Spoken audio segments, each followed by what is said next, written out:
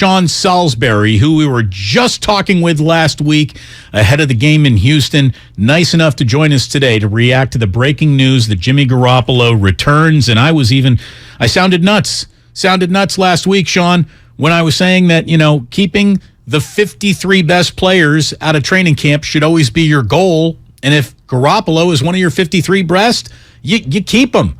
I think that this is a move that a lot of people are stunned by, but it makes sense. He's the ultimate insurance policy for the 49ers. There's no question, especially for a team that's a Super Bowl caliber roster. Damon, it's because understand what the ultimate goal is. The ultimate goal is not the feel-good business for individuals' feelings. The ultimate goal is to win. And what they have done now is covered themselves better than any Super Bowl caliber team in the league with their backup quarterback. Now, so I think it's brilliant. I was talking to Baldy today, and you'll get a chance to hear that on our Red and Gold preview show. They'll have it. We actually discussed Jimmy. This is this coming down, and we both agreed, why not keep him? And Damon, you had said it, and we've discussed. This has been an exhausting process for everybody, I'm sure, including Jimmy and the 49ers. But what's not to like? Here's the argument you're going to get, Damon and Ray, is, well, doesn't it? What about Trey? Is he looking over his shoulder? No, it's his team. They traded a lot of assets to get to this point. But what it does, and listen, and I strongly believe in this and always have, when I talk about not being in the feel-good business, you want to make sure your players are confident and comfortable. But I'm not trading up all those assets and drafting a guy if I thought he was a fragile personality. You can't draft a guy that high and think, well, what if his feelings get hurt after a bad game or he's got competition? You have just ensured yourself that the quarterback isn't going to be the reason, whether it's Trey or if he got banged up for 2 games.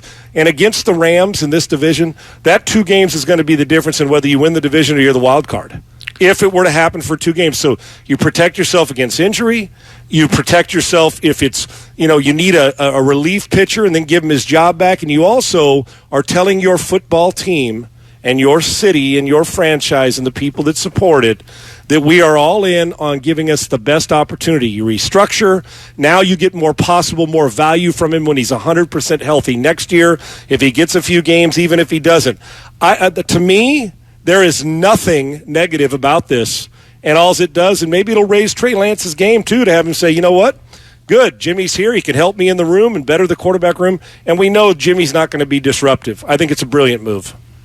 Let me ask the mega hypothetical, though.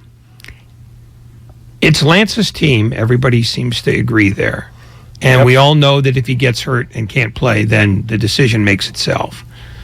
But what would be the trigger in your mind that would cause Kyle Shanahan to make a switch otherwise? It can't be knee-jerk at this stage, Ray. It can't. You have got to let him.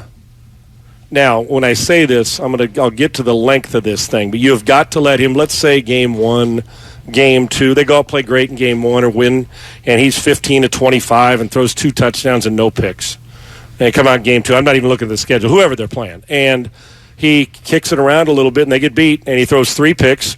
At some point this year, he's going to have a game like that. It just is, it's called playing the position. And it's going to happen. He's a second-year guy. What's he started? 3 games in 3 years, 2 at the 49ers, 1 at his college. COVID, he played 1 game his last year there. So we got to let him, and I'm a big believer in let him work through a bad inning. Let him work through, okay, we're 1-1. I'm not going to crap candy. Great coaches don't all of a sudden, for a guy they invested in, turn their back and say, well, sorry, dude, you lost this game. Time to go back to Jimmy. No. There's got to be a little football IQ in this and common sense, which he'll have. Now, they roll through 6 games, and they're 2-4, and the reason they're losing is Trey Lance, meaning can't get him in and out of the huddle properly, has gone haywire in his reads, is throwing the ball, yanking it into the ground. I'm talking about where it says, good gracious, what are we doing? That doesn't mean he still can't be a good player. But then you're putting your team in a bind and saying, we're not doing what's best. At that point in time, I believe the decision's made, at least temporarily. You go to Jimmy and see if we can get a spark. But right now, that shouldn't even be on anybody's mind. But Ray, you're right, because it's gonna. The first time Trey throws 2 picks and a half, we know what's coming. Not just here nationally. Well, he's afraid that Jimmy's there, which is not going to be the case.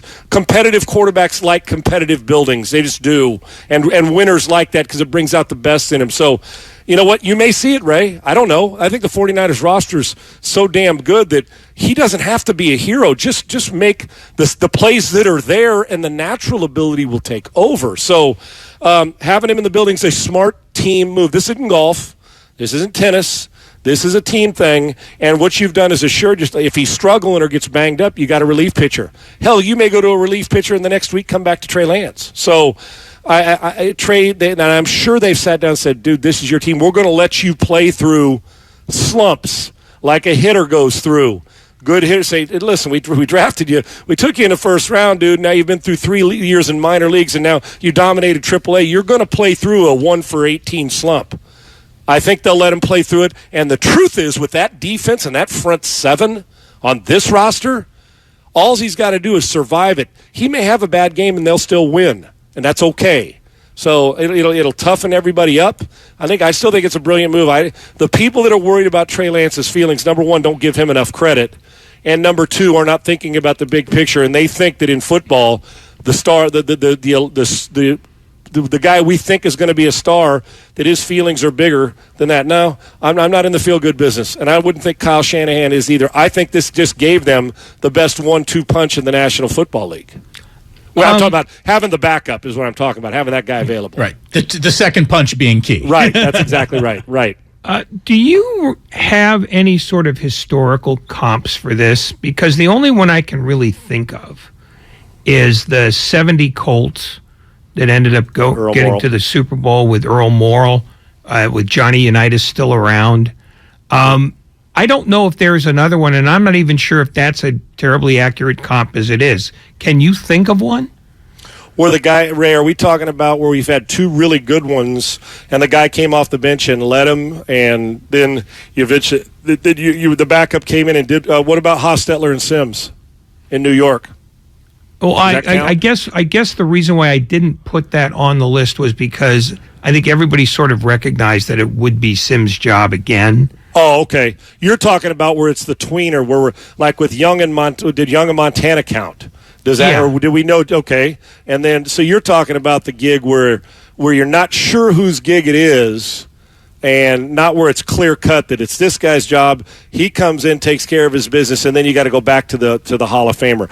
I don't know, Ray. You're a great historian of this, and I think about the ones you're talking about. I mean, the Hostetler, Sims, and where there's been other really good players. The Rodgers Favre thing, but Rodgers wasn't ready to play, and Favre was going to play until it was time to go, and that lasted a couple, 2 or 3 years. So no, probably not. This is unique because I don't think we've ever had a time when they've traded up that much. The guy who's led them to 2 NFC Championship games, not was the reason, but was in under center and to a Super Bowl, and then loses his job as a $20+ million guy, and then all the speculation of trading, and then bring him back at a redone contract when he didn't have to do that, and then all of a sudden he's backing up a guy who started 2 games. No, Ray, I think this is probably on a good team too, on a team that's got Super Bowl quality players. Ray, you're probably right. Like I said, you're far smarter on the history of that part of it than me. I think about teams with 2, but I don't know about it in a situation like this when in truth they could have stuck with Jimmy and still survived, but they're going with a guy that they think gives them a bigger chance to stretch the field and more explosive plays. The key is, can he make the simple one on a regular basis? That's what you're going to be looking for. I still think it is a brilliant move by the 49ers and protects them from a bad game meaning an injury from going into the tank. No disrespect to Nate Sudfeld, but there's a reason he's been on 3 or 4 teams. He's a journeyman. Garoppolo's not. Sean Salisbury here on 95.7 The Game. Mondays, 6 p.m. You can go ahead and catch him and Lorenzo Neal. It's the football hour. It's going to be fantastic once again. Thank gosh you're on the team, and you're back on today because Jimmy Garoppolo remains on the team. And the one thing that I wanted to ask you about, Sean, was how important it was to have, or maybe not important is the right word, but how ideal it is for a coach to have quarterbacks with skill sets that mirror each other. Now, maybe the familiarity with Garoppolo trumps that, but it doesn't seem like Garoppolo and Trey Lance are going to be that familiar in playing style where everyone was talking about, well, this is going to have to be a more mobile pocket than ever before.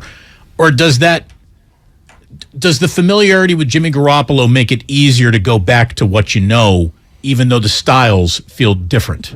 Yeah, maybe. I think in anything we do, and it's like, hell, it's even a quarterback that leans on a crutch, when I'm training them, in an off season, and then their first game hits, let's say a high school kid that we've maybe adjusted his feet or how he holds the ball, how he carries it and loads up.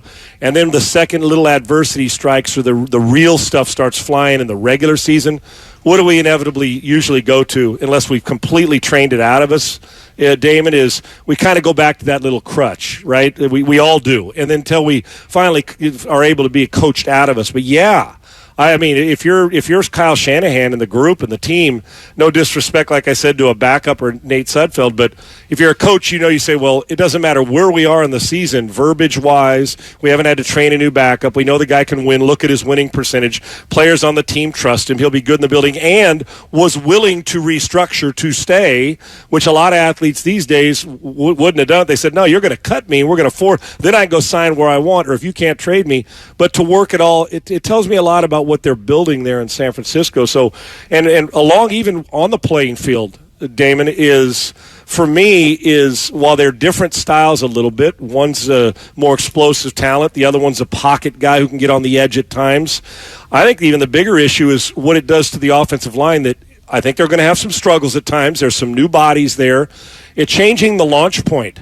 And when you know where a guy is going to be, it's easier to protect. Yet you love the guy that can extend the play and make 4 or 5 extra plays a game, as long as he's not bailing early without getting through his progressions. I think there's a dynamic there, but the trust factor, I'm telling you, it's the biggest word in sports, and it'll be the leadership's one, and trust is 1A, that you got to trust it, not only player to coach, but coach to coach and player to player. And I think that the familiarity and knowing what you got, even if he doesn't get a rep for 6 weeks or 8 weeks or 10 weeks, that you can still trust that you can put him in, and he gives you the best chance of any backup quarterback in the National Football League to win. We're talking about a guy whose winning percentage, where's a backup quarterback in the prime of his career that is now a backup that should be starting? I mean, there's 5 or 6 guys he should be starting ahead of elsewhere, but timing didn't work out. So this is a legalized theft if you're the 49ers, and familiarity is a big part of it. You said earlier that you talked with Brian Baldinger, and I suspect that since you heard this news, you've talked to other people sort of either in the business or at the fringes of it. Did any of them make a compelling argument against this that you heard? Not one. Not one. You'll get a couple of them that, and I actually, Baldy and I talked again after this, and we were texting, and he said, exactly what we said should have happened today, Sean, happened. And he was spot on, and not as a pat on the back, but just because we both agreed, what's the downturn? What's the negative of this? Now, the original negative was all that money. I get it. The financial comes into play all the time, but what's the negative other than the perception out there? Here's the next perception, Ray, that was brought up to me by one person. That what does it say coming out of the preseason and out of these first 2 years? Is there any hint that it says we don't trust Trey Lance, that's why we had to keep Jimmy around?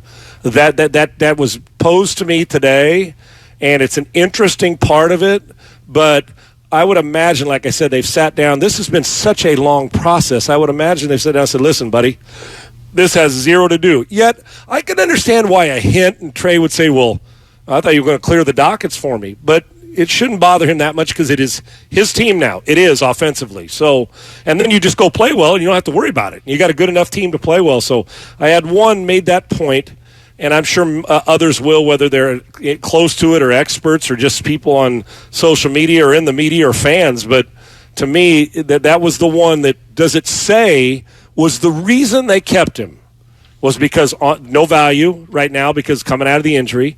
There's no room. Trading him, you didn't want to trade him to Seattle, even though it's in the division, even though they're not a threat this year. All these reasons, and then the one is, well, did they think that they didn't see good enough results from Trey from last year to this year and this preseason? I don't buy that part. There may be a hint of let's protect ourselves against all of it, but that was the one that was posed. Other than that, most people to a man agree that this is a wise and smart move by a team that has more than just getting to January aspirations. They want to go deeper than that. Well, and Sean, here's how you clear the deck for any quarterback. You name him QB1, he gets all the first-team snaps in practice. Right. After that, sports kind of takes care of itself, does it not? Right. Yes, it does. And you know what, Damon, if the guy goes out there and urinates down his leg for 8 straight weeks, then we'll know he wasn't ready, right? That's not. I hope that's not the case because I'm rooting for him to crush it. But you're right, and if you go out there and get all the number one snaps, and all of us, the optics, like, well, he's taken 97% of the number one snaps to get him ready, and he goes and just plays good football. He doesn't have to be the MVP of the league for this team to win 11 games. He does not. What he has to be is good. Now, and Brian and I were talking about this day, if he is a top 10 quarterback, let's just say he has that kind of season, the 49ers are going to be staring at February. So I hate to say that a lot of it hinges on that because they've got great players, but this is a quarterback league. I can tell you this, what's never going to happen again in this league. Or maybe I shouldn't say never, but pretty close. You're never, ever, ever going to see an average to below average quarterback play in February that started from the beginning and the end. We're not playing it in February. The Bears' defense in 85 doesn't exist. You may get some good ones, but you have to have a guy make plays from there. And Trey Lance is going to have every opportunity to do it. Of all the second-year guys and a lot of other guys that have been in the league longer, do not have the roster he has. Stay away from having to be a hero, and in the process, his skill set will take over. Keeping Jimmy Garoppolo enhances the building, maximizes the potential, and is committed to making this the best team possible and not have to worry like other teams if something happens. Are you sure if Brady goes down that Kyle Trask or Blaine Gabbert can handle it? Everywhere you look, there's only a couple of them you say, oh, okay, on good teams. Are you sure Jordan Love, even though he's had a good preseason, can he hold it down? And they're not winning 13 games without Aaron Rodgers. Hell, they may not win 13 with him. So I love the protection they've put on themselves, and I think this is the best thing they could have done until next year, and it's brilliant in my opinion. Sean, thanks so much for letting us double dip. We just talked to you on Friday. You're nice enough to hop on with us again today. Appreciate your time. Thank you so much. Anytime. Appreciate you guys. Thank you. Here he is, Sean Salisbury. He is your host of the Football Hour, along with our friend Lorenzo Neal here on 95.7 The Game. Good